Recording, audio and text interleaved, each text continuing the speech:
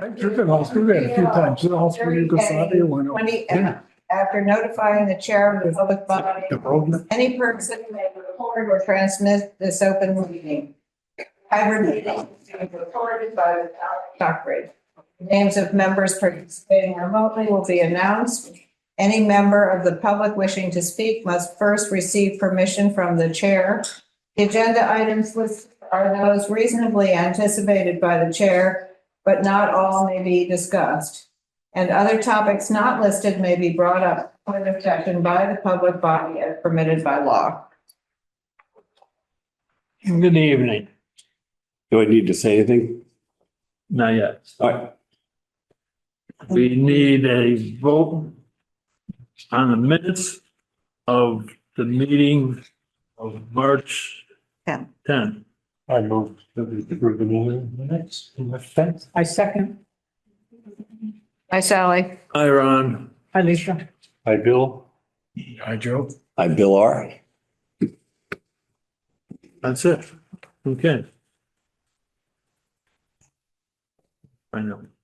Karen. All right, informal parking extension at Stone Court. I am recusing. That's Sounds like we want to make the parking lot bigger. Yeah, one or two cars, I guess. So, it was suggested to me as the owner of the carriage house that add a spot or two, kind of next to where I park now. But we're way away from the wetland. Wetlands, I'm 142 feet from the wetland where the closest parking spot would go. The delineated wetland that was done in the spring or summer, last summer. But And it's marked with tags on the trees. Yeah. So Password. It's in the riverfront though, so It's not. 200-foot jurisdiction, just Okay. as an FYI. I'm thinking of New York City, I guess. Are you taking trees down? well, we're going to back up down here as trustee of Stone Court Condominium Trust. What we would request is for the commission to come and do a site visit so you can see the different possibilities that we're looking at, because what Neil described is one possibility. Some people would like the parking closer, so we would like an idea from the commission. If we submit an RDA, what we should be including. All right, so We're requesting some. your plans will be laid out. No, this is preliminary. We want to know, we want you to look at it with us and see how far back you can bring it. Okay. And then we would submit something. All right. So, It's when- 68 feet from the front of the building. Coming towards Main Street, where the proposed area where we'd like to show you. So you have parking The spots. regulations have changed since that building was built. So, Oh, no, I was just giving you a little. yeah, just so. I do believe Friday afternoon Friday afternoon. works. Sure. Yeah, I'll make it happen. 3:00, 3:15, That's fine. Either one. 3:00. Okay, Okay, great. thank you. Thank you. Yeah, we can see that. Rattlesnake Mountain Road. Anybody seen the gas company? This is not the gas company. No, this is the burner. Yeah. You can sit if you like, or you can stand if you prefer. Oh, I was there. I am recused from this one. The pond, Yes. just because it was man-made doesn't mean you don't need a permit. Actually, if it didn't fill up with water, you probably would have been all right. But now it's a pond. So I was there, I saw most of the dead spruce trees. Firs. That definitely were, from what I can see, they're definitely dead. Across from Sally's house, gas line heads towards town. with the sheep part? Yes. No, Oh, closer to my house, So past the sheep. Opposite side of the street. on the opposite side of the road. If you So where walk you know where out, the pipeline goes? Mhm. So sort of down at the end of the pipeline in the back, there's what used to be a farm pond, but it's not a farm pond anymore because there's not farming going on. So it's just a pond. And they were burning. it's cleared up to the turnpike on the other end right through there. So basically, I don't know where the gas company is on their project. They were almost done today. Did they, well, I don't know what they were doing. I know they had problems or they were looking, No, they were looking. They were doing maintenance, just checking the pipes, All right. and they were working their way out today, seeding and paying. What is the goal around your pond that you're working at? Oh, I was just gonna get rid of the dead pine, firs, and then just replant it with a mixture of plant material, trees, shrubs, perennials. Do you have any idea what you're gonna use for that? Yeah, let me grab it.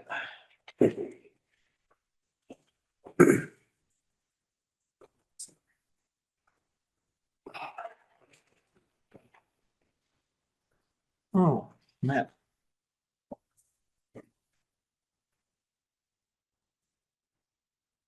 So basically, as you come off the road, this is how we're going to look at it.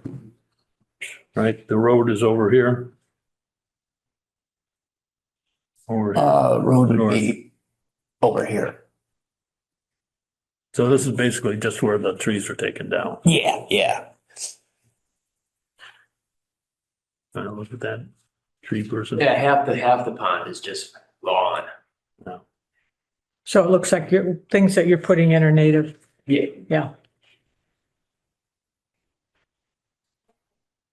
Are you pulling the stumps or just leaving the stumps there? I was just gonna cut them as low as possible. You have a nice mix. Thank you. Yeah, that looks good. I haven't picked up the perennials yet, no. Is that on the Hindle's property or is that part of the conservation restriction, that piece of That's on property? Hindell property. Any questions?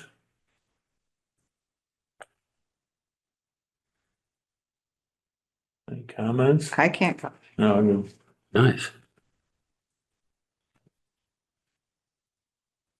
we should probably have a motion of some kind that we think it's okay. Are we good with that? So I make a Trees. motion that the list of species being planted for the place to sleep that were dead around the pond would be in compliance with trees recommended by the Conservation Commission. And you're all And done. shrubs. Are you done with the tree cutting or the mower? Almost. Almost. Probably got one more day. And this represents the final, as far as you're gonna cut, that'll all be included on this drawing. Yep. Okay, I'll second the motion. I second. We accept this plan. Hi, Ron. Hi, Sally. Lisa? I Bill L. Hi, Joe. I, Bill R. Tell me your name. Bill Alaska. Make it a trio. Okay. Go. Yes, please. Okay. What You can I have keep another this? one? I'd like to make a copy if you could. I'll just take a picture of it on my phone. Okay, because the copier is just kind of out there and to the left if you know how to use it. Oh, okay.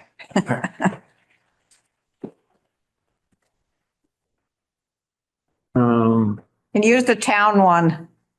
There are two of them. 108 Interlaken Road. Good evening. Brian Sager with Foresight Land Services. Just informally, in terms of this project, 108 Interlaken Road's a small lot on the west side of Stockbridge Bowl. There's an existing cabin on it. Small cabin. It's been there a very long time. So the historical commission doesn't want it torn down, but the owner would like to potentially build a single family home on the site. But it's a pretty restrictive site. The existing cabin is 27 feet from the lake, more or less. And then there's a wetland in the backside that also projects, and the 100-foot buffer overlaps the 100-foot buffer of the lake. So they're within the two overlapping buffers. And we're just wondering, with your 50-foot no build zone, is there any sort of relief there where we could design a house that's not closer to the lake than the existing cabin, but also would end up being in the 50-foot buffer? And No. because it's a restrictive site, I know Thank you. Excuse me. a few years ago, a septic system replacement was septic system replacement was approved under an order of conditions. So the septic system was put in, or new well was put in. Cabin. For the cabin replacements. But the septic system was in anticipation of building a house prior to that 50-foot restriction. How many years ago was that? That's the one with the, 2015. Yeah, about 10 is years. that the one with the boathouse? Yeah. Okay. Yeah, there's a boathouse on the lake.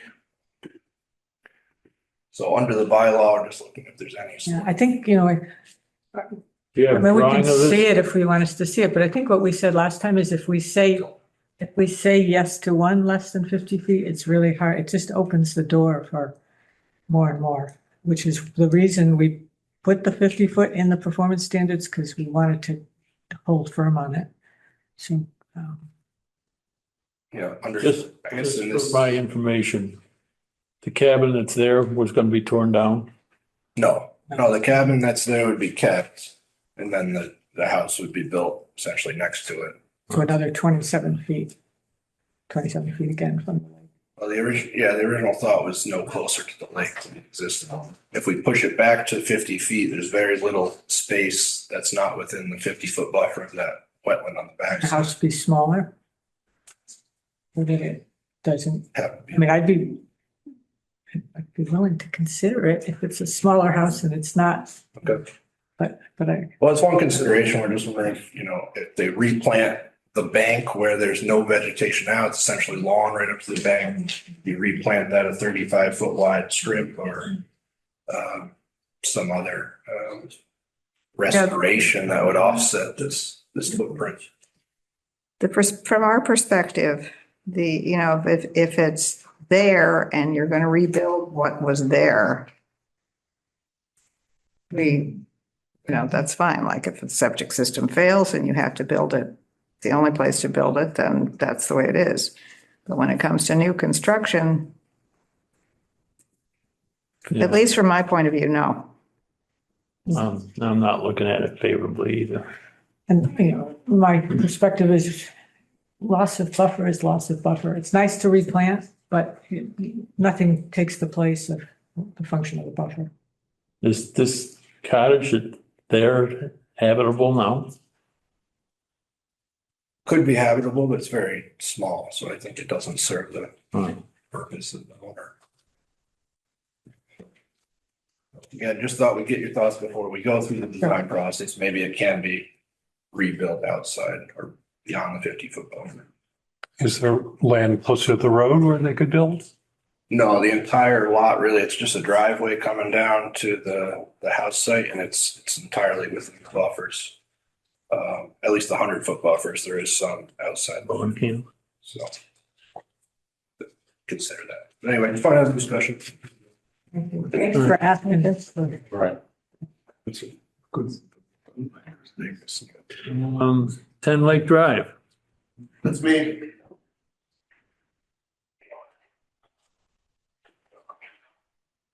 Everybody, I come up here on my plan. Sure. What's going on? You tell us. Yeah. So, What's your project? Tenny Lake Drive is an existing. Good. I believe you've seen this. A smaller version, I believe you did. Existing home. And I had the property surveyed by SK Design and the it's on Stockbridge Bowl. Stockbridge Bowl edge, the edge located to identify the location of the 150-foot pond overlay district. This Stockbridge Bowl here, there's your 150-foot line right there. So this house, the existing house is outside the 150. There's an existing patio out the back here that they wanted to add and I think this is probably the discussion you had with Adam, right? With the building inspector. I think you talked about this.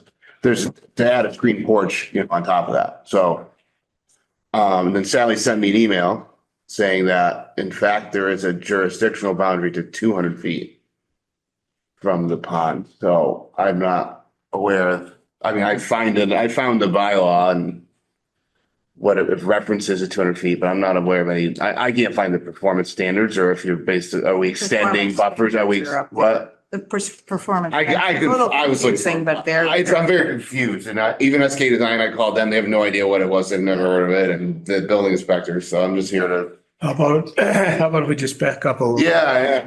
150 feet. It's LPOD and that's planning board. What? It's planning board. Yeah, it's a special permit requirement, And then an overlay district is the planning board. Yes, okay. Then you started to talk about wetland issues and that's I understand. So I'm more than 150 feet from the pond, which is on the impression with every other NOI or RDA I've done is 100 feet buffer zone, but judging from your email, and I pulled the bylaw quick and maybe I'm missing some performance. 200 feet from a lake or pond. So this is an additional regulation that you have. Okay. Yes. I don't have this one. All right. Well, what do you want to do? What do you want to do? Well, I'm gonna build. Just because it's jurisdictional does not, unless it's within 50 feet, does not mean an automatic no. Oh, I know. I'm working in existing areas and, Yeah. I just was unaware of the rule. So it's, Sure. So Michael, are you the property owner? no, I'm the architect and general contractor. So I'm a design build company. So what's there right now is a patio. There's a stone patio on the ground now, like a paved, like concrete pavers. What are the dimensions of it now? Or what do you want to cover? Well, it's actually, we're just basically going up in that location. So, and I have So you want to build on stone patio? yeah, we're just so if you look on this, here's the existing condition site plan. So Jim Seidel prepared this for me from SK Design. So this is the current configuration. And So there's that same line on my plan. I have to have his CAD file. And there's the patio there and so you see that retaining wall? That's that retaining wall right there. I don't have the patio drawn. I just have the screen porch area drawn. So. what's this screen porch going to consist of? A roof, siding? It's just piers, helical piers, 3 helical piers and post up to it and just a typical, floor, not just, and then a asphalt roof over it with Like a cover? screen porch, it's with screening and railings, no siding, open on all 3 sides. For now. Can you slide that over? And where would this be situated? Where would we do like performing the work? Oh, from the sides and, below it. So I did mention to Sally, I'm like, if you want, I'm happy to throw an erosion control line right across the, or wattles right across just to, it's very flat lot, it's all maintained lawn and been mowed. So the gas pipeline goes right through it. It's right next. So I've been permitting with them too, to be able to. Is this 10A? 10A, correct. Okay, thank you. Yeah. So I'm here, the area. if you're looking at, I printed out a little, this lot right here. Okay, yeah, I'm looking at the aerial. Yeah. I was confused. Okay, all right. So Okay, that makes sense. if it's within the buffer, So, It's 151 feet away from the edge. okay, no, I'm just thinking in terms of what we would need. Yeah, I'm sure. So we would need a request for determination where you would list out what the work is, and how you're gonna do it and what, putting down erosion controls and all. Yeah, no, I'm aware of it. I've done it many times with you guys. I just, everyone, the 200 foot's new to me, so. So this is on the back side of the house relative to the, Yeah, so this is this is where the screen porch is happening. There's some reconfiguration in this area. okay. This is an existing structure that's being, there's this failing screen porch that's being replaced and, it's a carport there, so. So I'll be honest with you. Sure. Sometimes when we see this, then people come back the next year and say, can we have steps from the patio? Can we have a swimming pool off the patio? So, I mean, I would want to say, if you're going to do that, that's it. No further extension. Sure. I mean, I've submitted all the plans for everything and there's if you want them, I have full drawings for it, but I only brought the site plan on there. It's on my iPad if you need it. Is this raised porch? Is the elevation of the porch going to be significant than what the elevation of the patio is? Right? Higher? Yeah. Yeah, it's the house is actually out of the ground quite a bit, so it's gonna be, you can almost walk under What the, about the floor of this patio? the floor, what's the floor of it? Height noise. So it's right now it's sloped up on the sides and there's a walkout out of the basement right there with the patio on it. So you see there's retaining walls on each side.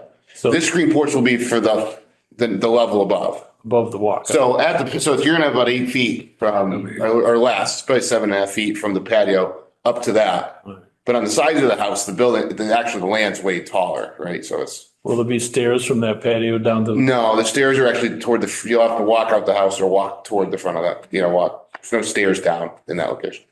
We see it? Site visit. Yeah, I'd like to see it. Next Friday at 3:30, we're going to be out and about. 3 o'clock is Stone Court. Stone Court. Yeah, Clock or 3:15. but this is for him. What? 3:30. Yeah, I know. Well, would you I have photos of the whole place. Is there something specific you want to look Like to see at? We always do a site, Yeah, I would like we to almost see the always do a range. site visit. Is that convenient? That work Well, I mean, can be. here's the thing. I am not planning on doing the work on any of that area for some time. But I would like to continue work on the structure outside of the buffer zone. We should do a site visit. We'll be there at 3:30 next Friday to look at your property. Okay. And it's 10A. It's 10A Lake Drive? Sure. Yeah, 10A Lake Drive. Thank you. All right. So we're going to take a, So is there sort of like stop work order that you're kind of like imposing on the entire project or? I mean, is that illegal into any? What do you, I'm not. I have a building permit for the project already. That doesn't mean anything to us, Okay, so just saying. I'll respect the land, but I'll continue to do it. Yeah. no, I Does that don't- make any sense? whatever No, you're I'm not saying doing stop. inside the perimeter of the house, go for it, or Well, I passed 200 feet. Okay, if you're That past. makes sense. I won't touch anything in the screen porch area. We don't plan on doing it for months. So if you want to come out and take a look, I'm fine with that. That make sense? yep, Okay. work Thank for us. All right, fair enough.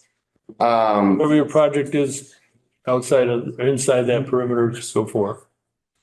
I think I. Yeah, no, I mean, it's, oh, can I borrow this for a second? yeah.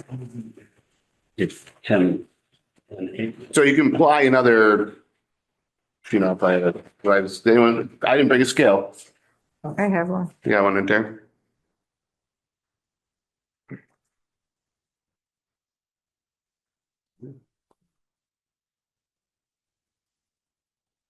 Just to verify personally. All right, computer.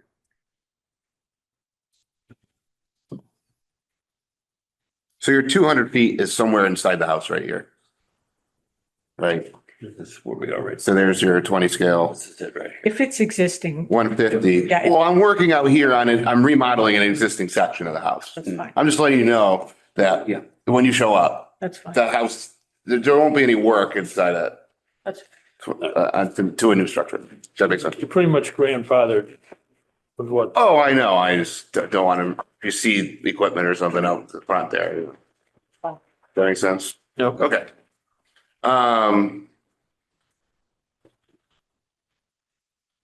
Do you have time for an additional question? On a different project? It'll be 20 seconds.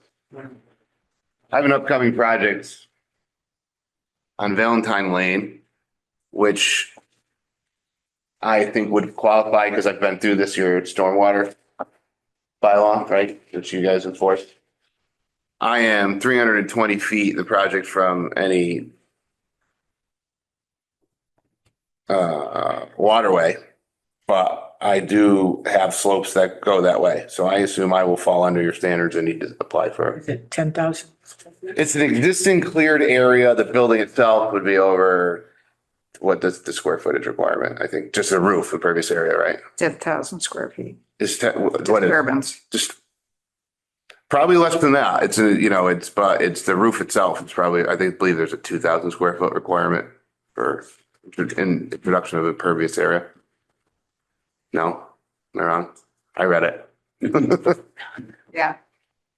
So I'm just wondering if it's less about the proximity to a wetland and more about the size of a project, and project Right. would need a Yeah. RDA in that sense, do you or, have any, It's this town stormwater permit. yeah, the wetlands are 300, over 300 feet away. I've been here before for this and we've talked about it and whether it's jurisdiction. I don't have a clear read on it, so And you have, you have the bylaw, I have. hard for me to answer off the top of my head, but bylaw and, I can come back another time, there's a full Imagine. agenda, so Yeah. I'm not planning on doing this to the fall, so maybe a little, I don't want to. cover. Where is Valentine Lane? Top, Castle Hill Road. Which stop in Glendale Mill Road. Villas. Well, I'll come again. Sorry. All right. So what, your site visit next Friday, 3 something? 30. I better write that down. Yeah.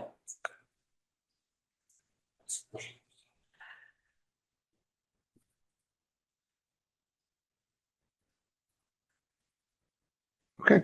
Thanks. thank you. thank you. Marion Fathers. We submitted anything. Okay. And the pump house is continued. Nothing from Heritage. I haven't seen anything. They have a plan approved, but we need to plan that later in the spring. We have the approved plan. Natural Heritage approved the plan. Okay, I don't think I've seen that. Can we see that? Because we can get rid of it once we see that. Sure, I think I emailed it to you, like, Did you? double check. All right. 2 Cherry Street.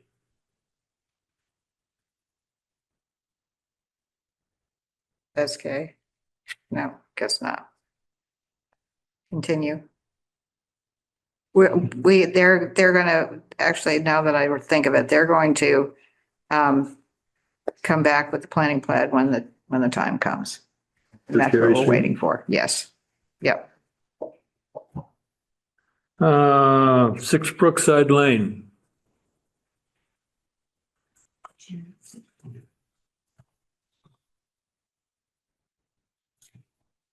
Yeah. Now what do we got? Well, we did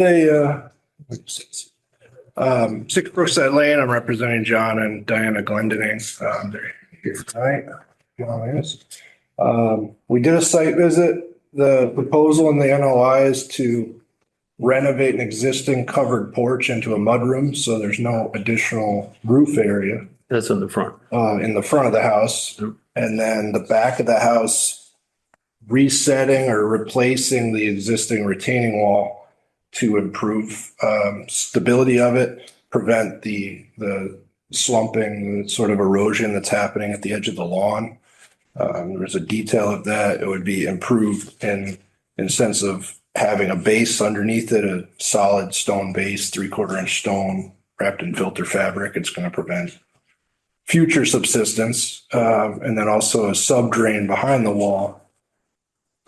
And that wall is right at the edge of the bordering vegetated wetland that's there.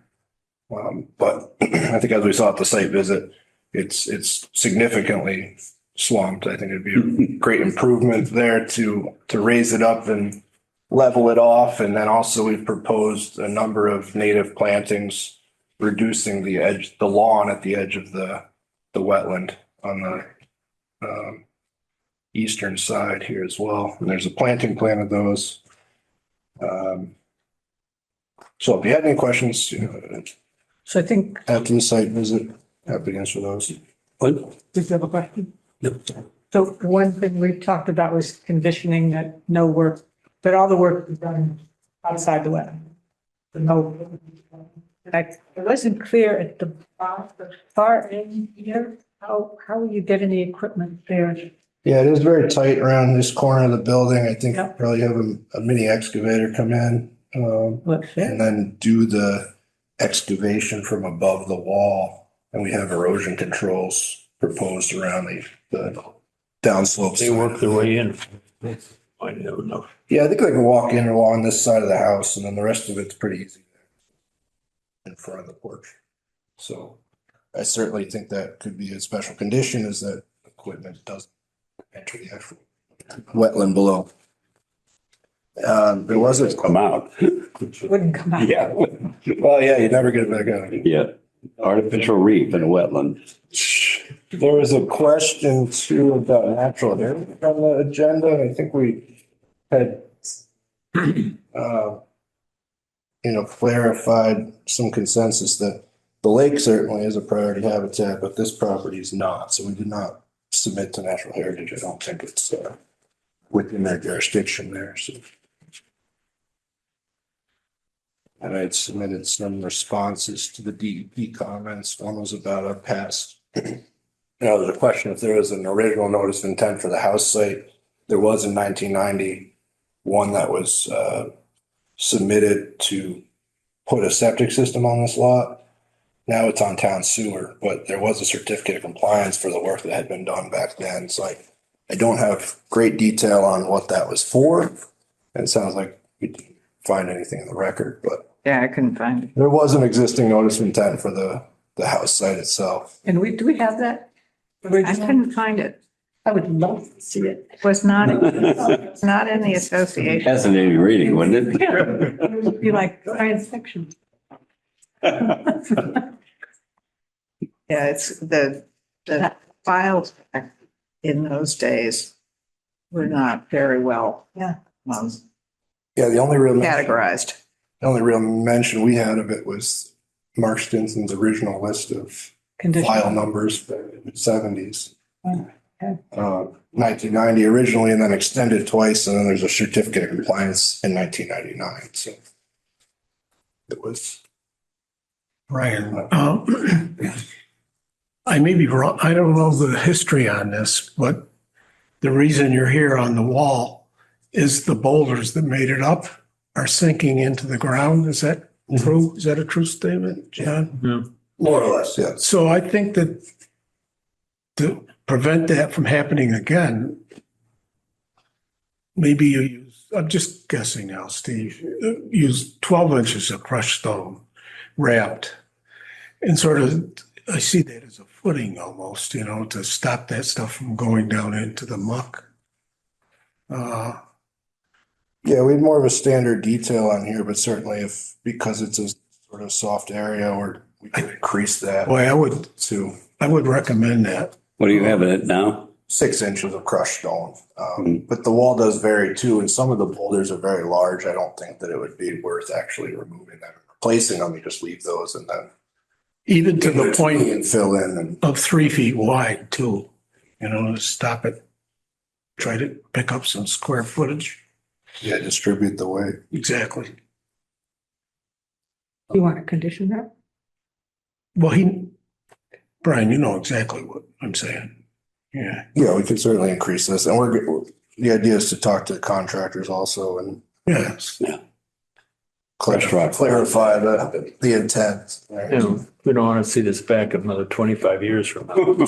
This,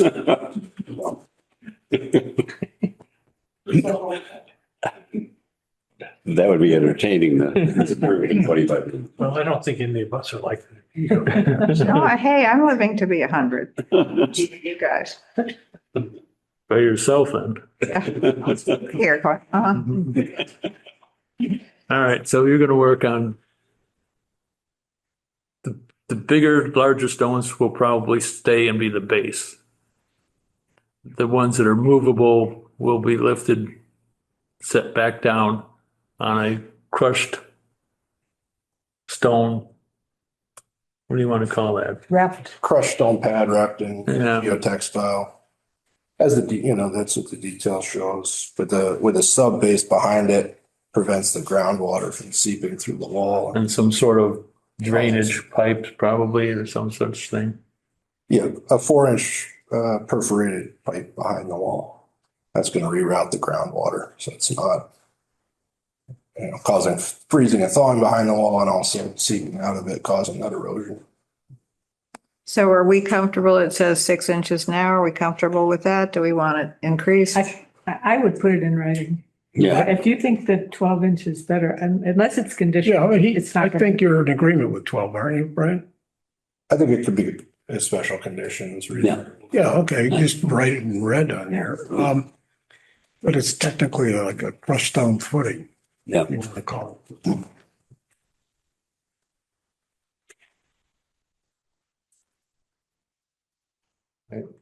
Make a motion.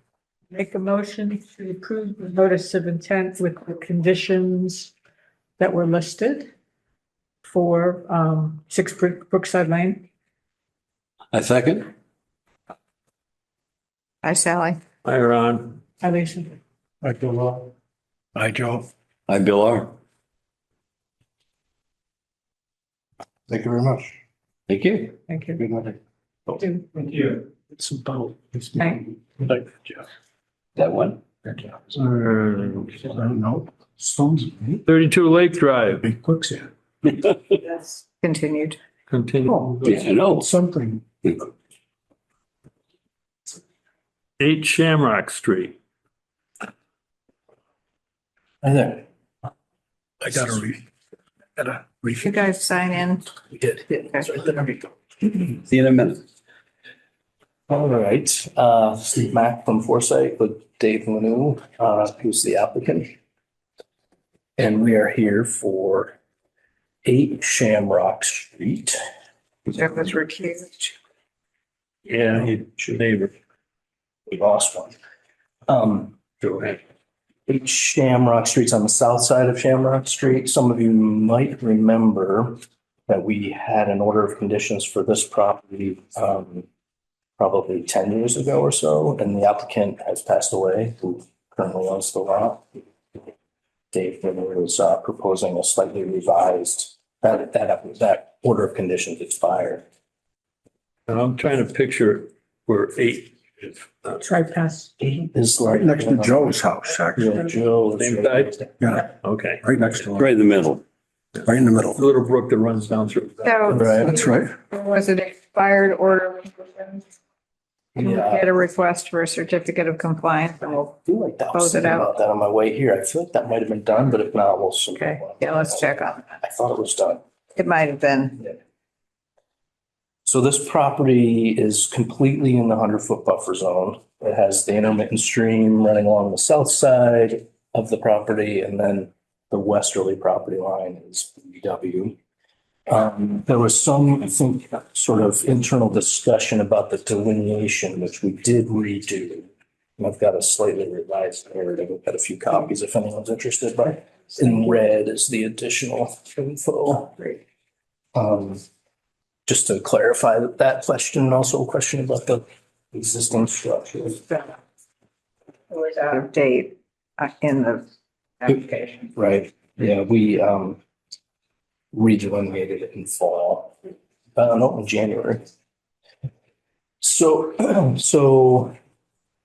The proposal is to remove the existing structure and build a new sort of period house, which Dave can talk about a little bit more. And that proposed house is gonna look like this. This is a. That's from the street. Yeah, sort of standing here from the street, looking sort of. That's at from this. Shamrock Street, right? Yep, so. Then looking back up from the brook, it looks like this. Yep. So the intent is to put in this Line towards this the street. house will be renovated on site and brought to the property, is that right? It's a replica. So Dutch house. in order to do that, this is the proposed footprint. So the proposed footprint of the new structure, which is this structure here, is roughly equivalent to the existing house that we're taking down, all within the buffer zone. No, it's actually, it's within 8 or 10 feet. Yeah, it's Square feet. close. It's in the neighborhood. Pretty close. And then there's an existing structure that's 10.9 feet from the river, from intermittent stream. Here, this has a foundation, foundation here.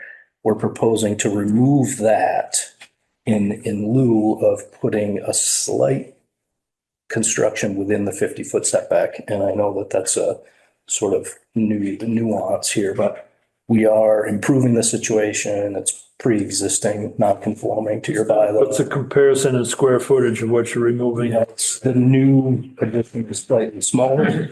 It's 231 square feet here, and this is 272 square feet here. And it's 10.9 feet away as opposed to 28.5 feet away. Is there a foundation underneath that of the building? Underneath both, there would be, yes. Is that to be removed as well? Yep, yeah, so this will be totally removed and restored back to lawn. And then one thing that we talked about in 2015, I can't remember the year, but was some restoration work as compensation just for. There's the existing stream bank here, which periodically shows a little bit of erosion. We're proposing low shrubs for that area. We kept that on the plan as compensation. And then a couple of trees. Native shrubs. Yes. Are there any trees to be taken down? There is one tree. There's a small tree here. And then this maple is on its way out over here. Okay, yeah, we didn't show that to be removed. Yeah. If you want to take it down, we should ask. I'd like to, but this I want to keep the Yeah, we're Norway protecting the spruce existing spruce. and the rest of those, they're there. I don't like Norway spruces. Don't like Norway spruce. Actually, You don't like them when they're big. Provides good shade. They're not native. Yeah, so two trees. That's why we don't This like one, them. which is a small tree, and then sounds like this one's larger maples down. you propose some sort of replacement for those trees? We've got two trees being put back in, two red maples, plus the plantings. Are you gonna move a structure on top of this one? No, the existing footprint is sort of like this, if you can see that. It's sort of a funny shape. We've got a simple rectangle, yeah. Is the existing building. Mm-hmm. And then the new building is this gray. So is there a reason Yeah, Yeah, the building building. setback is right here. building So we're right up against the building setback. and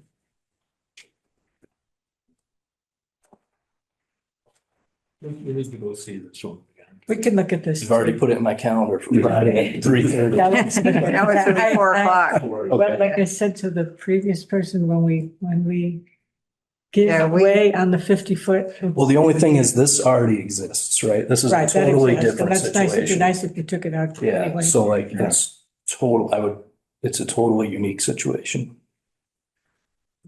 Okay. We still don't like it when it gets within 50 feet. Take a look on Friday. 4 o'clock. 4 o'clock. Just so you're, Calendar. Can it be any smaller? I mean, it's only what, 11 feet?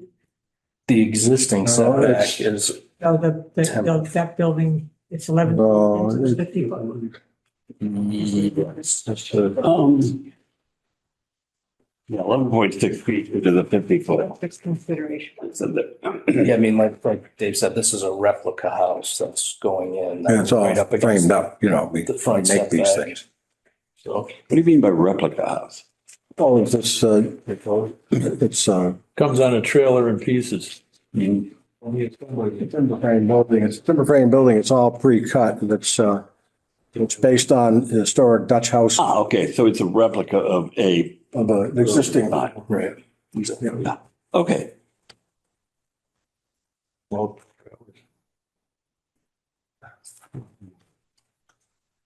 so are you saying it could not be made say, with a single garage bay as opposed to the double garage bay?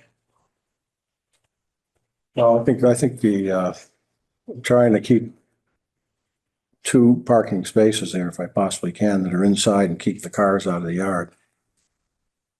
And open up, as this opens up all that side yard, as you'll see on Friday.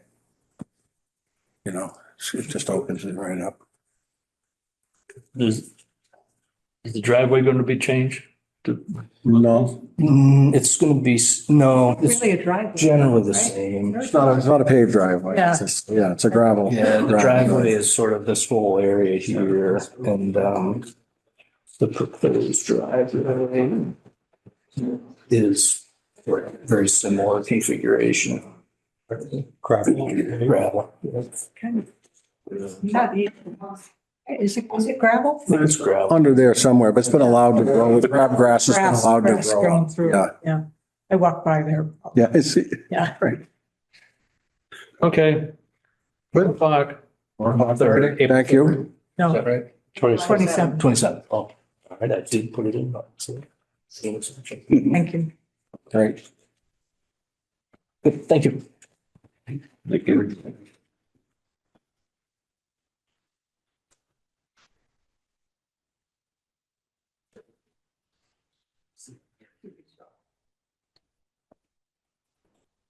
You do Goodrich Street? No. Hey, Goodrich Street. Good evening, I'm Jeff Collingwood. I submitted the notice of intent for Daniel Shapira, 8 Goodwood Street. He currently has a residence on, let's say Goodwood Street, a duplex actually. And he's looking to demolish an existing garage and put in an ADU, an 900 square foot ADU. And I actually have copies of the plan. Was there is there a notice of intent filed? Yeah, it's a notice of intent. Yeah, there was there. I didn't, I couldn't find it, but we had It's it. listed as a request, but it's actually a notice. Well, it was everywhere but on the agenda.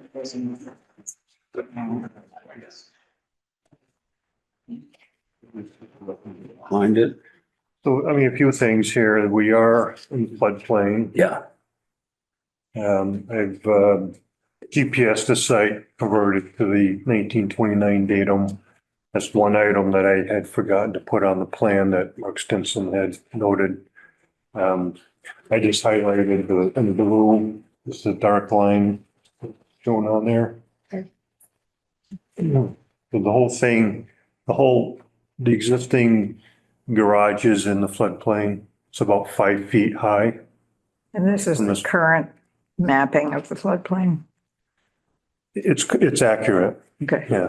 I surveyed all the contours I developed, Story the transplant. put it to the 2029 datum. House. Okay, cool. So, and the FEMA map shows 827 elevation north of the site and actually shows it south of the site. Goodrich. Where it crosses Route 7, it's The driveway. 28, but that's once, that's little, doesn't really impact this. It's quite a distance from this location. Definitely within 50 feet. The site actually, in my notice, I did take a picture, which, is a share this picture. I know we're gonna have a site visit at 4:45 or 5 o'clock 4:30, Friday. 30, probably, yeah. Maybe 4:45. But it's a site definitely we would want to look at. Now, when I went on the site, there's a mow line. It's obvious that there's a BVW right adjacent to the mow line. And that's why I designated that. Whether when it gets close to the house, it may peel and go elsewhere, but I'm not doing work on the south side of the area here. So That Mark had asked for delineation on the BVW? Is He that- was asking for I didn't do soil samples. Yeah. Because I believe it's very obvious. So I figure when we walk Yeah. it, we'll look at, there's a question. Lisa. I don't think it's a worthwhile effort to do such a strict delineation when it's very obvious. Okay. So that's why I did it this way. The proposal is to put in helical piers with 8x8 posts and create a deck that's going to be, the bottom of the deck's going to be 1 foot above the floodplain elevation, and then build the ADU on top of that. So it's very little impact.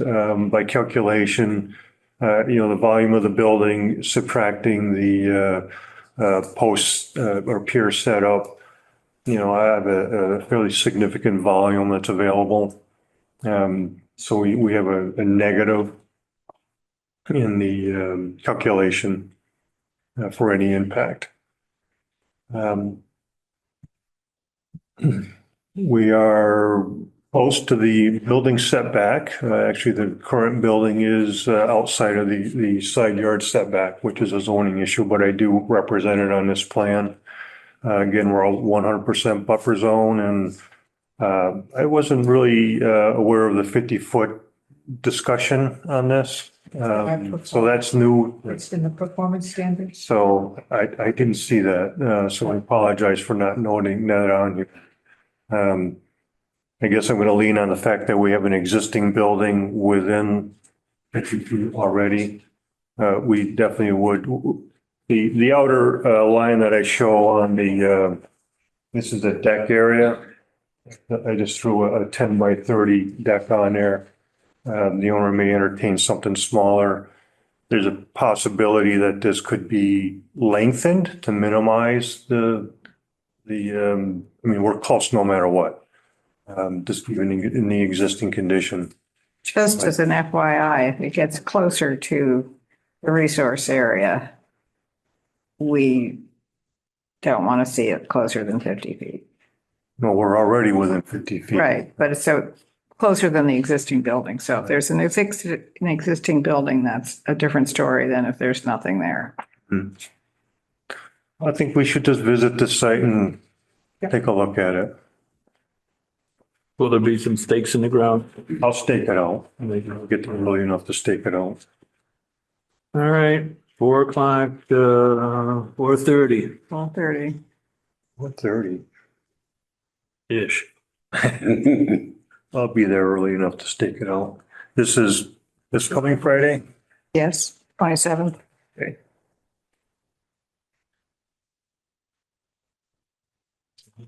And have a copy of the NOI.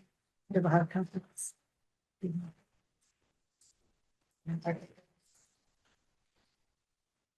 And a question also that Dee came up with was the fee. Talked to Sally about this. I'm going to challenge their question on the fee.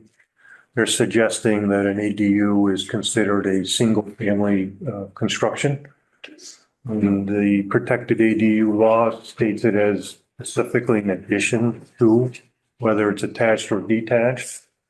So in category 1 of the Wetland Protection Act fee states in there addition. So that's why I put it in there. I'd never thought it would be a question, but Mark Stinson is suggesting that it should be category 2. which actually by calculation, it's an additional, $585. So you responded to him? I will, definitely. I'd wanted to come here first and just state that I was doing this. Fight it out with Mark. Well, I'm going above him. I don't, I just don't think it's I think it's a take. Okay. Yeah. So if I lose the battle, then we pay the fee. I'm not gonna go to great lengths to, do that, so. Okay, Okay, Friday. Thank you. Great. Friday, Thank you. 4:30-ish.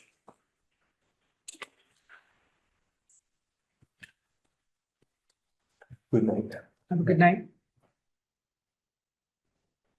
Want to sign some stuff before we go through? Fine. All right. Anything? We have the conservation restriction for West Hill Road. Who wants to come first? Come up. Sure, you want to go up? Can I just make one quick statement and then I'm gonna hand it off? I want to thank everyone for your patience. I want to apologize. From our last meeting, we had some heated conversation. I got a little, yeah. Our goal, as always, is to, the land trust is here to help conserve and protect the land, as is the case for the Concom and Laurel Hill. And so our aim here is just simply to find a way to get this land protected and move forward. So I appreciate you all for letting us come here today. I asked the Concom if I could allow Doug to just sort of speak a little bit about the history of this project. Doug was the president of the land trust, closest to, probably even during, I don't know, when all this just came to be back in 2014. So I thought it would be great for him to just provide a little bit of context about the project and the property, and then from there we can move to whatever next is interest. I would just like to, I'm Kate Fletcher. I'd like to introduce myself. And with me here today is Jackie Harris and Cheryl Resitaritz from the Laurel Hill Association. So thank you for hosting us. And yeah. So I should let you know that Cheryl is my spouse. And I don't see any issue with that. I just retook the conflict of interest thing, which you have to do every year. Yeah, I just did. And there, you have no financial stakes in this. And if you two want to fight it out, it's not our. I also wanted to introduce Catherine Chester. Catherine's been working with Laurel Hill in recent days with whoever you had asked to meet with her. No, she's been, our legal counsel has been in touch with Catherine, but we haven't been in touch. No, well, I meant that individual, so. Yeah. Yeah, so, and I'm Doug Goody. So, and just to let you know, I've been on Laurel Hill too. I mean, I started in probably 1993 with Mary Flynn. Mary Flynn, we were sitting down, she would take attendance with her pencil on every minute. Me too. Yeah, you remember when you had your attendance and you had to meet your quota, and if you did not, you would not be invited back. But with that being said, I was on Laurel Hill for many years. I probably finished when Shelby was president, probably right around the time when this was taking place. I was on Laurel Hill and the land trust for many years. I still am on the land trust.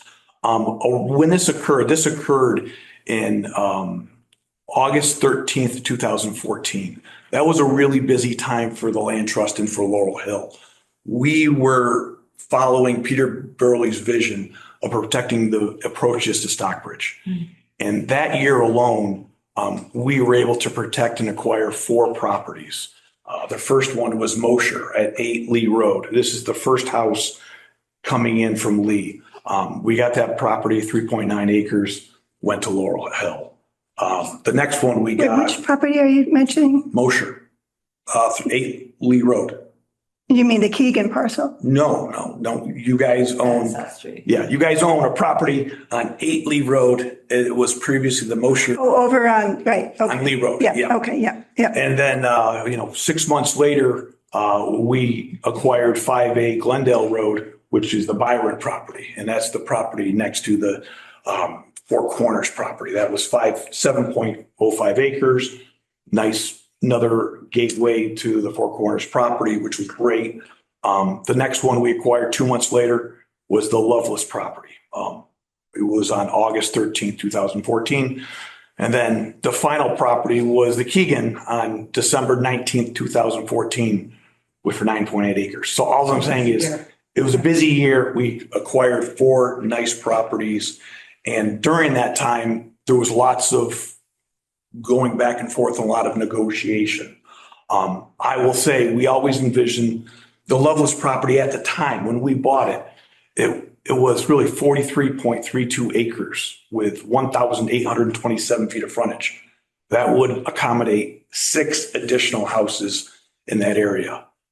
When we designed it with the homeowner that owned it. We designed it with the planning board, with the Conservation Commission had their input, and both organizations had their input. I was speaking to the building inspector, and he laughed and he said, geez, they made that building, they left. So we basically took a lot of the extra land away and we left the house with a conservation restriction. And we only had, we left it with like 7.3 acres. And Ned Baldwin said to me, he goes, that was really stupid. Why didn't, they should have left it for 8 and they would have been able to subdivide it. And I said, no, that was done on purpose. We did that to protect the approach to town. So the bottom line is that we're talking about the Loveless property. The Loveless property here, again, could have been 6 additional houses. But we also want to protect the tax base by leaving the 1 house. This also was considered a gateway to the whole area. Right behind it, the town owns 315 acres. And since then, I have been working with the Stowe family to protect other areas in town. It took years, but last year I was able to work with Peter Malinese and Mass Wildlife. They were able to acquire 299 acres from the Stowes, and it's now conserved. 254 are in Stockbridge, 45 are in West Stockbridge. And then I'm happy to report that I got a call from Peter Malinese yesterday that they were able to get another 174 acres from David Jadow. And so the bottom line is that right now there's basically close to almost 800 acres that are protected in that area. Great. And if you know Mass Wildlife is in DCR. They don't do a lot of trails. It's really natural conditions and keeping it natural. So, so we don't think that there's going to be a lot of, activity. But again, this is a nice area of the town of that property. So with that being said, I think it's important to note that when this property was purchased on August 13th, 2014, this is the deed for that property. And it's a 3-page deed, very simple deed. And then also at the same time, there's a plot plan developed. This plot plan is recorded in the Registry of Deeds as well. Both of these documents reference each other. And in the document, it talks about 2 parking lots, where they're going to be, the size of the parking lots, the locations. And quite frankly, I think everybody was in agreement that this is how it was to be designed. And things do change. And we do recognize that. But I personally. So I did ask, with all due respect, Yep. I did check with our legal counsel, and the parking lots, there's a survey that's recorded, but the parking lots are not, that's not, my understanding is that's not cast in stone. No, I don't, so again, it was signed off by the planning board. I don't think it is necessarily cast in stone either. But all I'm saying is that, the boards of Laurel Hill, the boards of I signed off on Stockbridge Land it. Trust. It was signed off on the planning board because I was on the planning board. Yeah. And my signature is there. And I remember at the time, came before the planning board as a Form A. And that's basically, it's what's known in the planning world is if you have the frontage you need and you have the acreage for the underlying zoning, then it's an approval not required. It's just the planning board is checking to make sure that you have you meet those requirements. And I remember at the time, I was fairly new to the board, at least, in planning terms. And I remember thinking, gee, that's a lot of parking. Yeah. And I also remember being told that's not really part of a Form A. Yeah, so it actually, if you Yeah. read the form, it sort of says it's only being capped at 6. So the envelope was extra large and it was being, I think it capped at 6 cars. And again, we're also doing this after what happened up at Gould Meadows. I mean, Gould Meadows, beautiful property. They built one parking lot and then 3 years later, whatever, how many years later, they had to build a second parking lot. So again, and it's also when we get into this, these parking lots are not a requirement of a conservation restriction. There doesn't have to be any parking lots here. But a conservation restriction lives a lot longer than I'm going to be around, than you're going to be around. And again, there is, just because it is allowed within the CR doesn't mean it has to be done. I mean, Laurel Hill can say, we're not going to allow any parking, and that's absolutely fine. But the bottom line, this document lives. Can I ask you a question? So the wording that we've incorporated into the parking, my understanding was that we were addressing, so this is, a Laurel Hill parcel. Basically, the cost will fall to us, whether that's, in parking, maintaining parking, or in community relations. This is a residential neighborhood. So in incorporating what I heard was concerns with emergency access due to extreme weather. I think, Rich mentioned tornadoes, this type of thing. Number 7. I'm referencing page 5, number 8. And so what we did was we thought, we came up with a solution to your concerns. And we were actually, excited about it because we thought, okay, they're concerned about emergency access, tornadoes, extreme weather, and this type of thing. And so we've allowed for, emergency access parking in the event of that weather that was, I was hearing you describe and those concerns. So I felt like this was a really good compromise. From our standpoint, we didn't necessarily see that was really necessary, but we put it in there with the idea of accommodating you. So I'm just going to read it so people understand. In consultation with grantees, that would be the Conservation Commission and the Land Trust, grantor, that's Laurel Hill, may construct one unpaved permeable parking area on the premises not to exceed 600 square feet in size in the event of a declaration of a state of emergency by the governor under Mass General laws, et cetera, et cetera. One temporary unpaid permeable parking area not greater than 3,000 square feet. That's pretty big. That necessitates subsequent vehicle access for landscape work due to extreme weather may be designated in consultation with grantees. And then there's additional wording that indicates that parking area will be brought back to its natural state within 2 months from the date of an emergency situation. And I just felt like that was a really good compromise. So I feel like the ground is shifting under me, with all due respect. So I'm a little bit confused as to what it is that doesn't work about that. I'd like to just ask a question. It almost seems like we're in role reversals.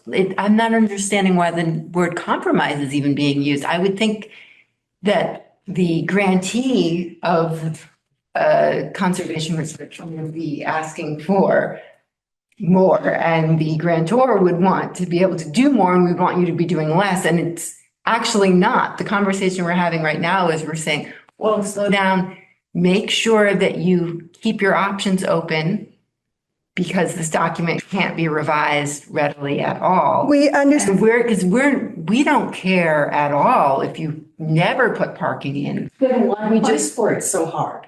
The point is that it seems irresponsible to not have the option. This is beautiful land. Again, go back what Doug was saying, when this project was originally envisioned, there was talk of, now I know some people are saying we don't want trails, but at the time there was talk of creating some public trails in the back in those woods, or just generally having it available. I asked Rich at the last meeting, Yeah. did this have anything to do with trails? And he said, No. No, absolutely it not. does not have anything to do with trails right now. Well, not right now. The point is, the way this was rewritten and the way the next clause was rewritten about the emergency thing was based on exactly what Rich said was his concerns.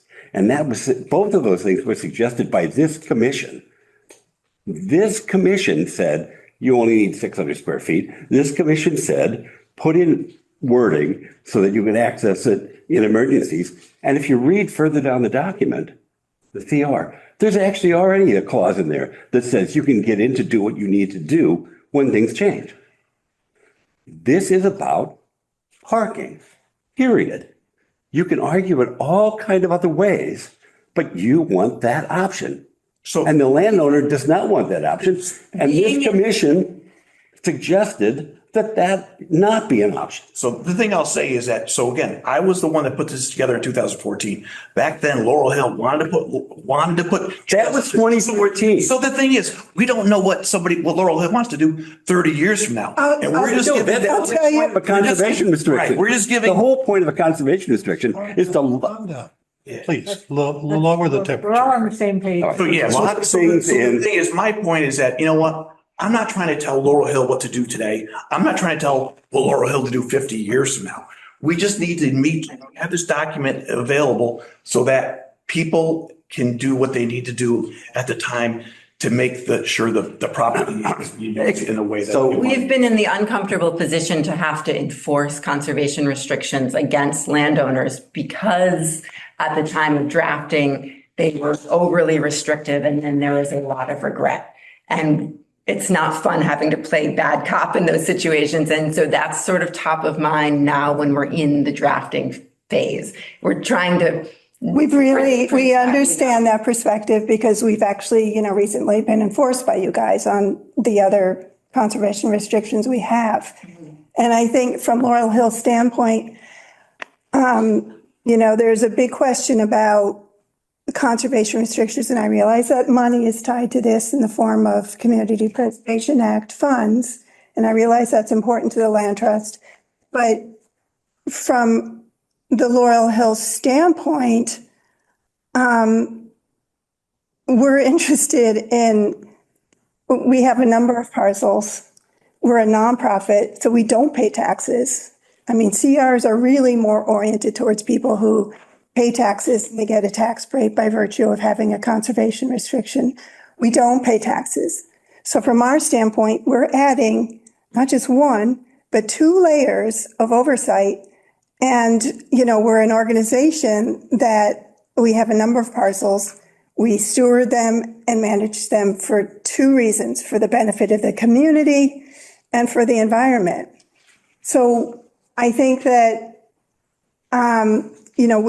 I do feel like this is a compromise because what we envision for this parcel, and I note that Mass Wildlife isn't putting in parking either. What we envision is that we manage this as a green space and as an ecological preserve.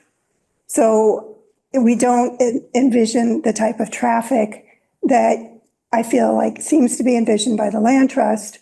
It's not our property. We don't with it. So we don't get to decide what is done with that. It's completely in your. And this is our decision. Right.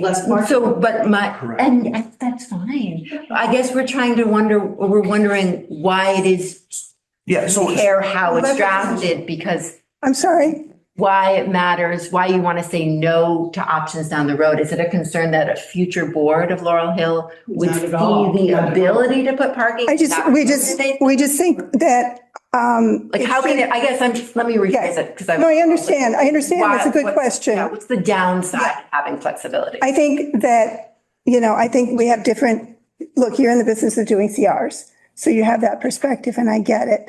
But I think that we want this to represent the vision we have for it at this point in time. So much is changing in conservation. Mowing regimens, it's a big topic. Wildlife corridors, biodiversity, E.O. Wilson, Richard Foreman, These are climate change these are the Nature Conservancy. I mean, look, you got a guy here. I know he's passionate about it, but this guy has worked as a scientist for the Nature Conservancy. I think we should listen to that kind of input. And there's also the matter of Laurel Hill. Doug, we're a community-based organization. So, this is a residential neighborhood, and the costs of parking, wherever we have parking, we are seeing impacts. And those costs fall to Laurel Hill, whether it's fiscal or community relations. But I'm So confused. that's why you would choose not to put the parking. Right, you don't have to put a parking. You don't have to put it So the in. thing is, you don't have to put a parking lot, you don't have to put a trail in. We understand that, but There's no if we don't have to do it, then Like, we let don't us have, do. like, we're not telling you to farm the land, but that is a permitted use. I know, but look, There's lots of permitted look, use. just as this predates us. Okay, everybody, Yeah. the chair, Yep. you are here at his pleasure. You're first. So I just want to bring up a few points. And I'm not doing this to be confrontational. I just have some questions. And one first point was in our earliest conversations, I think in one of your versions of the CR, you had permitted hunting. And we said, we advise you not to prohibit hunting. You can always put up a sign that says no hunting. And so you took that out. That wasn't something I actually supported. I understand. Having no hunting was not something I supported. Okay, I'm just simply saying, like, at one point it was in there and we. I just wanted to be clear that I'm in favor of some of our parcels having hunting, and that's one of them. That's great. Yeah. So the things that I just want to bring up is that, what we look at when we're looking at the conservation restriction, obviously the two biggest things that we look at are the conservation values. What are you establishing the conservation values to be for this property, right? So you incorporate open space is one conservation value. Wildlife habitat, watershed, public access, biodiversity, and wetlands are all the conservation values that you have established. And then, If I can just interject, I think one of the challenges here is that, and I realize this goes back in time, but one of the challenges for us has been is that this wording is something that we actually inherited. So, for example, in 2023, at one point I was reading this and I was on the board of Laurel Hill in 2023. Pat Flynn was chair of properties. In 2023, there's a reference to a baseline report. We didn't even have that. And that was done when I was on the board. So a lot of this predates us or was done. And I understand that you probably felt that you were on your own with it, but this is not wording that Laurel Hill actually generated by and large. can I, before we go too far? Yeah. Okay, so I then wanted to just sort of talk about the permitted uses that you've included in this CR, okay?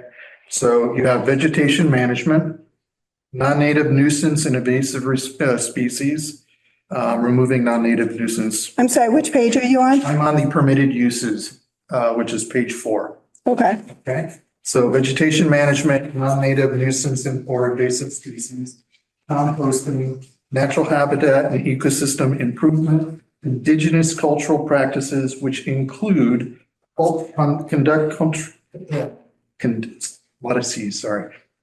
cultural land ceremonial uses, harvest plant life for traditional cultural practices, archaeological investigations.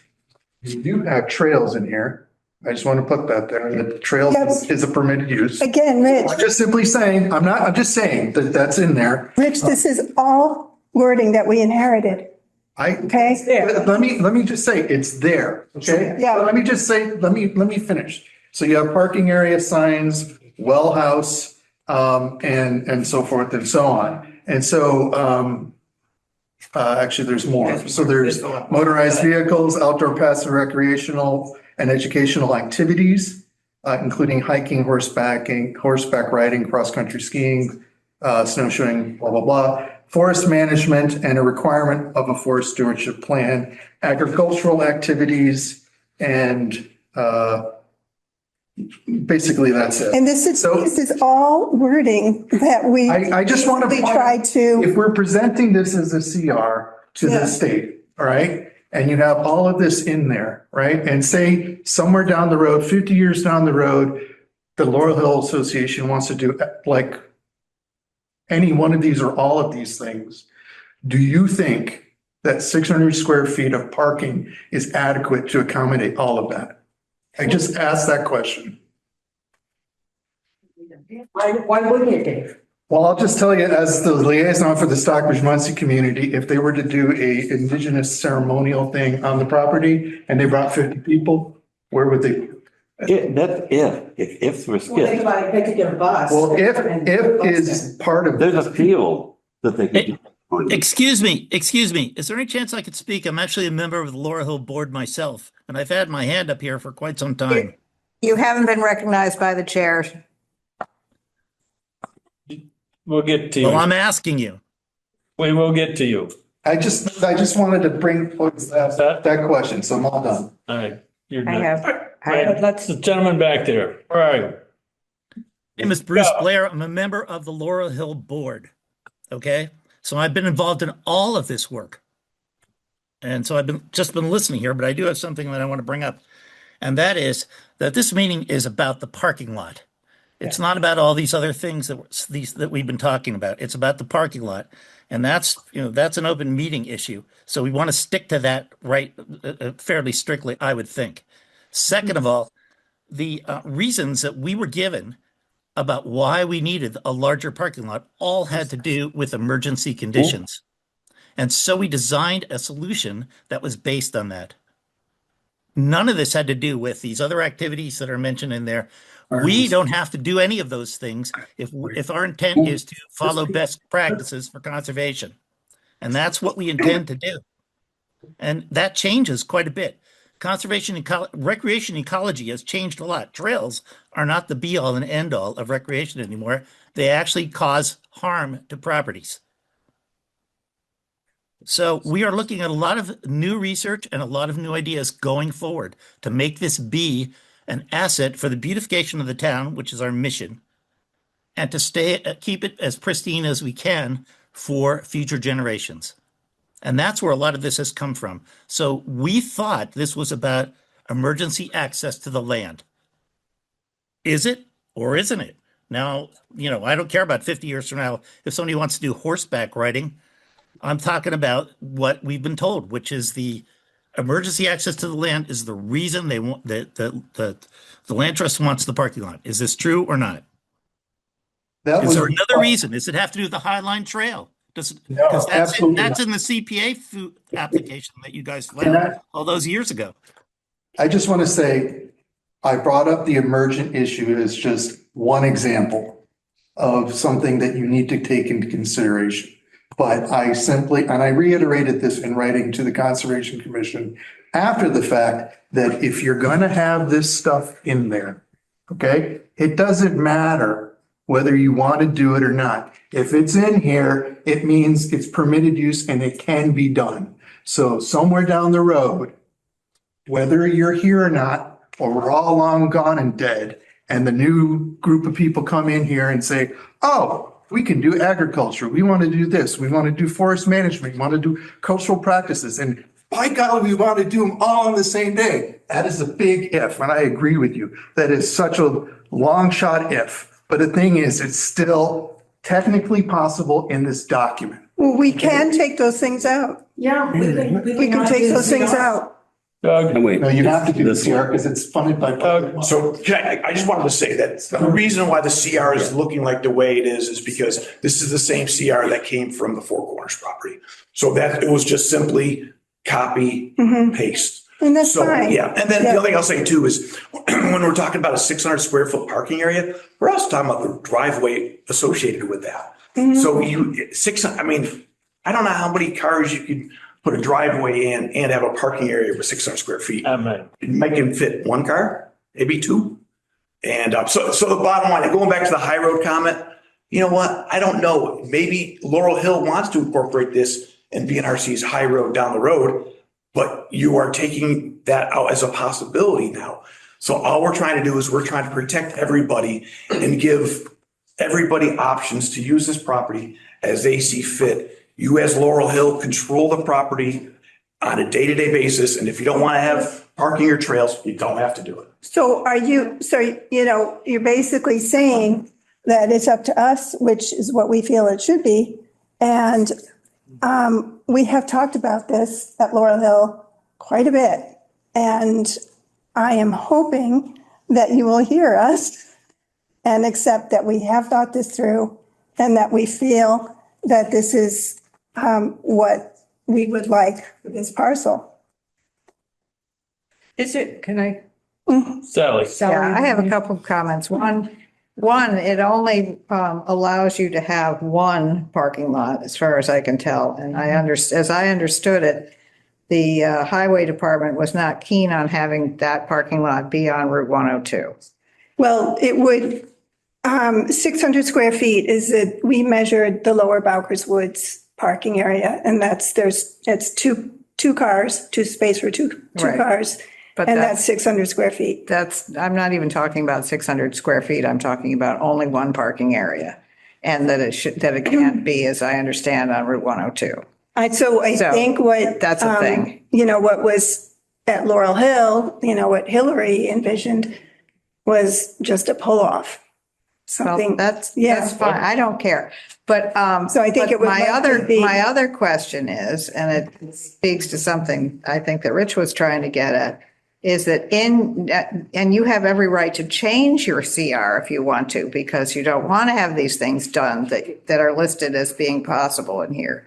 But I can tell you, having had my property in forestry and having a forest management plan for my property, if you do that, which you don't have to, maybe don't want to, it's fine, it doesn't matter. But if you do that, I can tell you what a mess that is and how many big machines are going to be required. And somehow that's going to have to be accommodated for. So maybe that's something you want to take out of your CR. It's just, I think you've got so many possibilities here that are going to require heavy equiment that the heavy equipment make provisions for that. I've been to a workshop at Blue Hill. I learned about land management. We can take some of these things out. We were basically trying to defer to the land trust here. I mean, this is really the wording we got. As Doug said, it comes from Four Corners, I guess.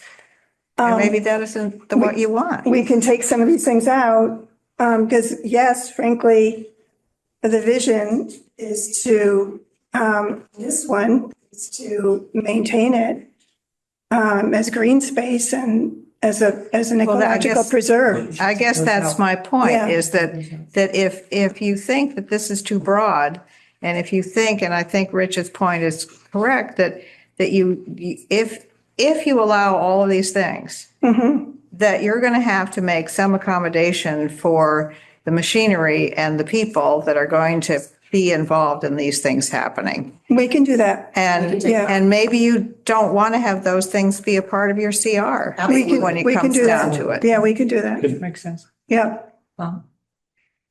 And hang on, Tom. Are the parties? Unmute. Are the parties here agreeable that you're willing to have a curb cut? No, we're not talking parking lot. We're gonna build a parking lot. We just designate some area that if you need to get in here, this is the area that you're gonna use. And you pick a spot that could be open parcel of land, and if you need to modify it to do, you've got this designated area that's reclaimable if you have to put gravel in or something like that, but you designate a curb cut either on either road that's amenable to the friends, the neighbors. It doesn't cause any distractions to anybody else. But you've got two curb cuts. There's a wetland. One of the problems with that, if you come off of Westdale, you get to the field, but you can't get to the other 35 acres. Right. So the bottom line is that you really So can't, that's not your curb cut over. well, yeah, you can't use Westdale to access the property. So, excuse me, why do you need to get to the other 35 acres? It is a preserve.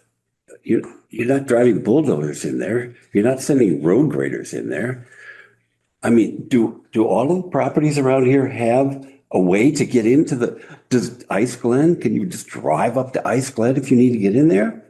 Well, there's fields that need to be maintained. You know, the fields. That's true. It's Right. not that hard. So you have to get a private tractor in, and when a large tree falls down, they need to be removed. So you just need to have access. Wait, when a tree falls down, what happens? Well, if you want to maintain the meadow, and allow the So meadow not to grow I back think, to. this gets into the details of stewarding the land and some of the changes in thinking around meadows and forests and that back area that is open. One of the conversations is that doesn't necessarily make sense to go in there and mow. Yes, you're crossing a wetland. That's not ideal. I don't think these are the folks that are going to want to hear that. So really, there's one small area along Westdale that is part of this parcel that is currently open meadow. And, one of the things we should be doing is sort of observing what's going on there before we mow. But the back area, and I'm going to defer to you guys on that, and especially the ecologist on the board, doesn't necessarily make sense to maintain as a meadow.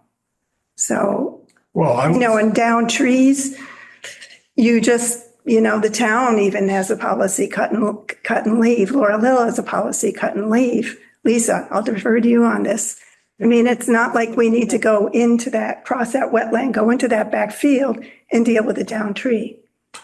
But there's more than a back field. There is a whole field along 102. Yeah. So you're talking about abandoning that area and not maintaining that? I could drive a tractor in there right now, just where we walked in to have our site visit. Okay. A tractor doesn't need a drive. It's a tractor. But trespass together? Well, you have to go on someone else's property to. No, you don't. You could do it from Westdale. No, you can't get to Westdale. Your turn, Tom. Thank you, Ron. First of all, like Bill, Kate is my spouse, as everyone here knows, I think, but I don't have any financial interests, so I speak from someone who's spent a lifetime in conservation. As a former board member, by the way, of the Stockbridge Land Trust, as part of a family that has dealt with a number of CRs in Stockbridge with the Land Trust and BNRC, and as a former select board member who had to approve several CRs during my tenure. And in fact, there was one CR where there was a restriction that we said, no, we're not in agreement with that constriction. And that had to do with the extraction clause in terms of extracting water, because it happened that land was on a major aquifer, and we felt it was irresponsible to cut off town access to a major aquifer should there be certain contingencies. But this discussion is largely, I think, about contingencies.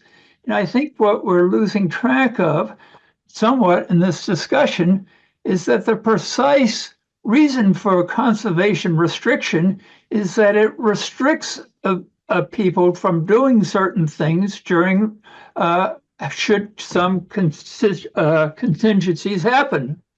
And in this case, I think Laurel Hill is saying, well, all these things could happen, but we feel that it has to be primarily conservation land, preservation land, ecologically important land, preserved for scenic and for wildlife, and not for active recreation. And therefore, we want to limit the parking space in perpetuity, yes, because down the road, there could be totally different management of Laurel Hill. There could be total different management, and the new management of Laurel Hill could decide, yeah, we want this to be a major parking area for a Highline trail. We want it to be a place, major parking lot, so there could be big festivities or what have you. But I think the board is saying now, no, we want to protect that in perpetuity. And this is not, I don't think you have to rewrite all the possible uses. I think limiting the size of the parking lot, as suggested, does that. In fact, other activities must be done in moderation. And remember, this is primarily a wildlife preserve for the benefit of the town, for people driving by, for neighbors, and the green entry vision that Rich referred to. Actually, Mary Flynn was advocating for this way before Peter Burley was. But nonetheless, I think this is truly an important green entryway to the Stockbridge. And I think the discussion here is on the parking lot, and why isn't restricting the size of the parking lot a legitimate reason to make sure that this remains a nature preserve, which I think is the primary objective here.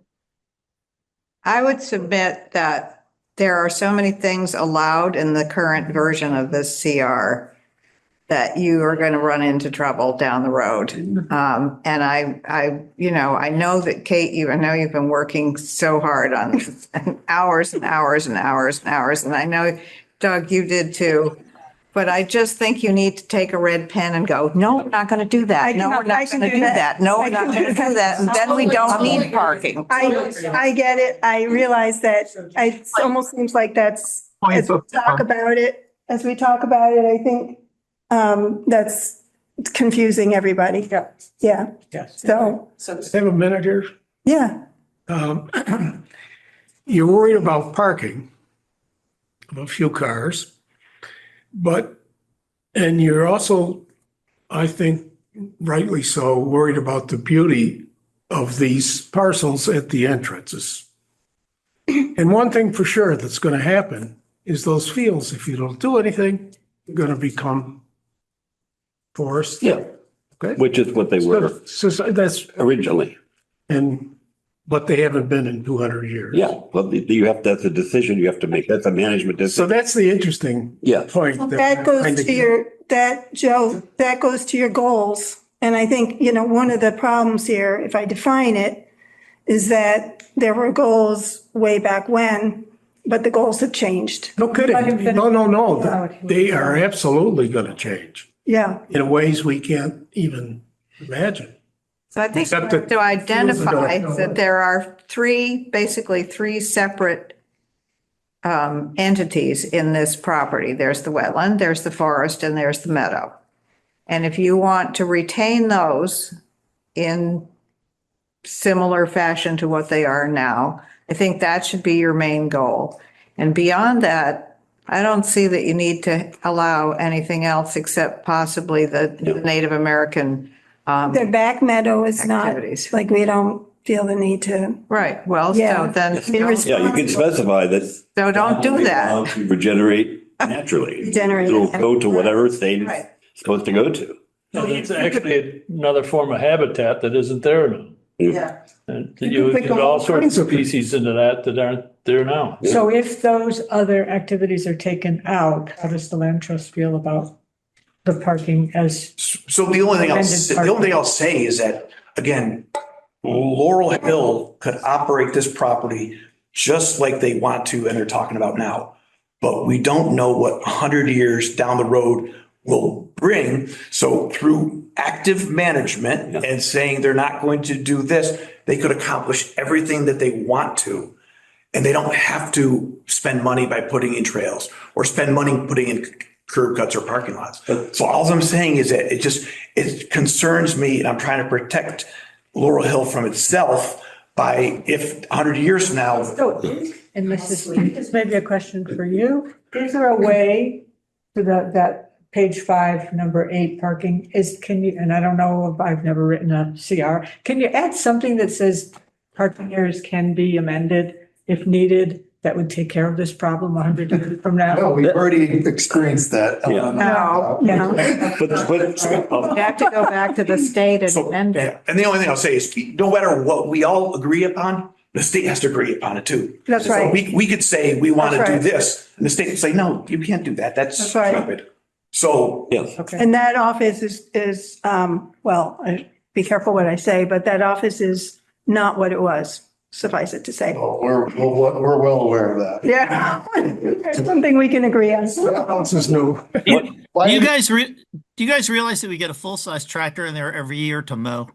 Right. So Kate, maybe what you want to do is take your red pen, Yep, Yeah, and just Through- delete. come Okay. back and we can look at it and see Just- if you've just- got a much more narrow Yep. focus as Just one point. we did how include you see, the current parking. I'm not even talking about the No, parking, but I'm I talking want- about the whole thing. Was You your know, just idea. like, we're not going to allow agriculture. We're not going to allow, I've forgotten what. We we're not did gonna take allow out the solar. forestry. We did take out the We're solar. not going to allow this. We're not going to allow that. So eventually what we're going to do is we're going to maintain the meadow at the beginning, we're going to keep an eye on the wetland.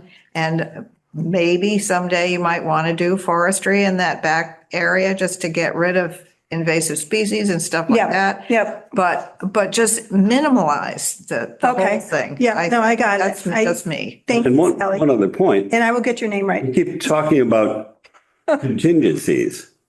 Well, CRs are set in stone to a point. Yeah.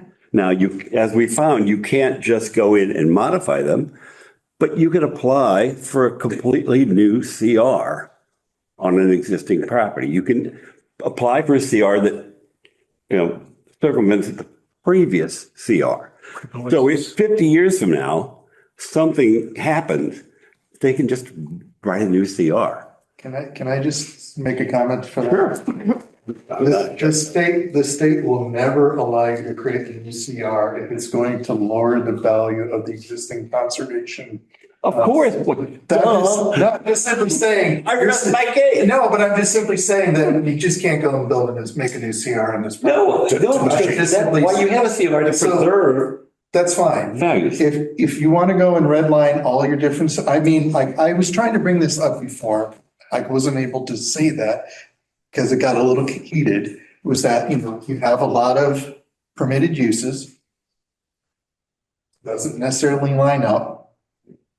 So, I think what we're looking for is make sure that your conservation values line up with your permitted uses so that you can manage those conservation values. I get it. Okay? Yep. And the one thing I will say, just because I have to say it, is that and I don't like signs, okay? I really don't. But You don't like what? I don't like signs. Mhm. Well, you have 4 square feet per sign. So that's the aggregate of all your signs put together makes 4 square feet. So if you decide that something's going on that you really don't like and you need to put some signs in various places in addition to, you may want to expand your sign allocation so that you can have more ability to put more little signs across the property if you need to. I don't want them. If you never put any sign up, I don't care. I'm just simply saying that if you find that something's going on in your property, because we're going to be going in there and monitoring it annually, and we're going to see stuff and you're going to be like, oh, someone's dumping crap in our property. You may want to have some things there that establishes something. So I just point that out. Thank you. I will take it under advisement for sure. Thank you. Carpool when you go there, right? Like no dog. I think I'm going to be walking from the neighbor across the street. Yeah, all dogs on a leash. So just to say one more thing about this access thing. Again, Bruce, I've mowed that personally for many years. You cannot get a tractor to both sides of that property on either of those meadows without going through the neighbor's property. So there is an access issue that will have to be addressed before the CR is. Okay, you're right. Yep. Thank you. I agree. Okay, is everybody happy? Thank you. Yeah. One thing I want to point out is that we all will work on this. We all here and agree in principle. We still have to bring it back to our board and say, hey, this is the new CR. So I just. Well, it's been 15 years already, right? And what's another year? Only 12, Sally, only 12. We don't, I mean, I realize there's money at stake here, and it sounds We like. could care less about the money at this point. We really We do. don't, we don't feel we need a CR, because all our other properties, like, we're just taking on, if you guys want to drop this, if you want to drop the CR, we're happy to drop it. So, but No, you I don't can't. think we have that thing. It's the. You have CPA money, the town has to be involved. But you can turn it in. We can turn it in. No. But the only problem, if Laurel Hill is ever involved in a serious lawsuit and Laurel Hill loses control of these properties, then someone theoretically can build upon them. So just be aware. We do have our insurance lined up. I know, well, that's the thing. It doesn't matter if you have. You know that. Right, if you think you have enough insurance. They've got a little history behind them too. You might not.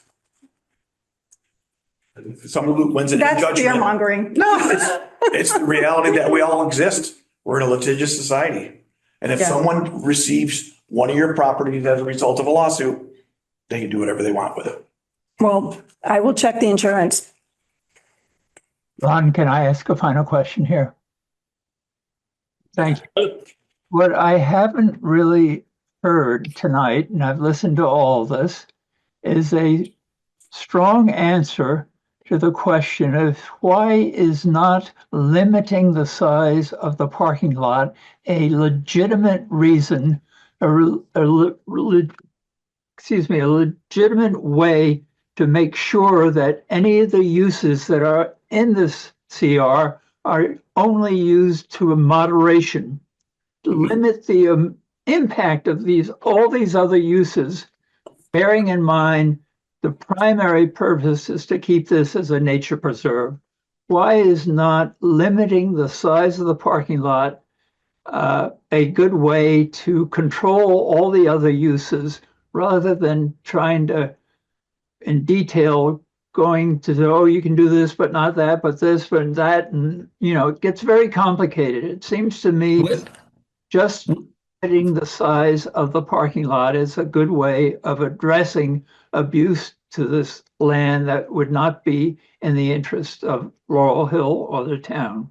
We have been under that impression throughout all this. We have been under that impression that the size of the parking lot would limit the I know that, and but implementation of these activities. But it seems much cleaner to just take out these activities. If you don't want them done, just take them If it out. helps clarify things, I'm all for it. They'll I park agree. along Westdale Road. I didn't They'll park realize, in the botanical garden. I didn't They'll realize park that. wherever they that was- want to. That was, I didn't fully understand the land trust. That was, That's I was why hearing there's a parking tornado. lot at Gold Meadows, That, yeah. because they were parking on 183. Yeah, I mean, I'm just saying, like, if you invite. I would have loved not to put a parking lot there. Indigenous ceremonial. You could get a good crowd there for some reason. And so for 99% of the uses, yeah, moderating it to that 600 square foot parking lot would happen and would cover 99%, but it's that extenuating circumstance, which I brought up emergence. So maybe it's extenuating circumstance where, But once you put one in, then you had two in. Pretty soon that 3 or 4 don't fit anymore, and now you're on one on the side of the road. Mhm. As soon as you open it up, and people say, oh, look, they put parking here. What for? I think it's cleaner to just. Take them out. And if the tribe wants to have a powwow or whatever Well, they got would their like own to thing, so have. We're probably quite happy. with it. Yes, but if they did, I would think they could probably make arrangements with the botanical garden to use parking or something. They have their own sale of Laurel Hill. Yeah. Yeah, well, and they have that big parcel they just bought. Yes. Yeah. Thank you. Could have a bus. Thank you very much. Okay, thank you guys very much. Thank you, Doug. Thank Have you, a good Catherine. evening. Thank you, Rich. Thank you, Land Trust. Good night, everybody. Thanks, everybody. Thanks, Tom. So I was a founding member of the Land Trust, Oh, yeah? as well as being on Laurel Hill. I've charged Laurel Hill. So you're the one to blame for some of the. You can blame everything. These CRs that you can't enforce. You can blame everything on me if you want. Right. I'll be okay with it. Make a motion? I make a motion to close the meeting. A second.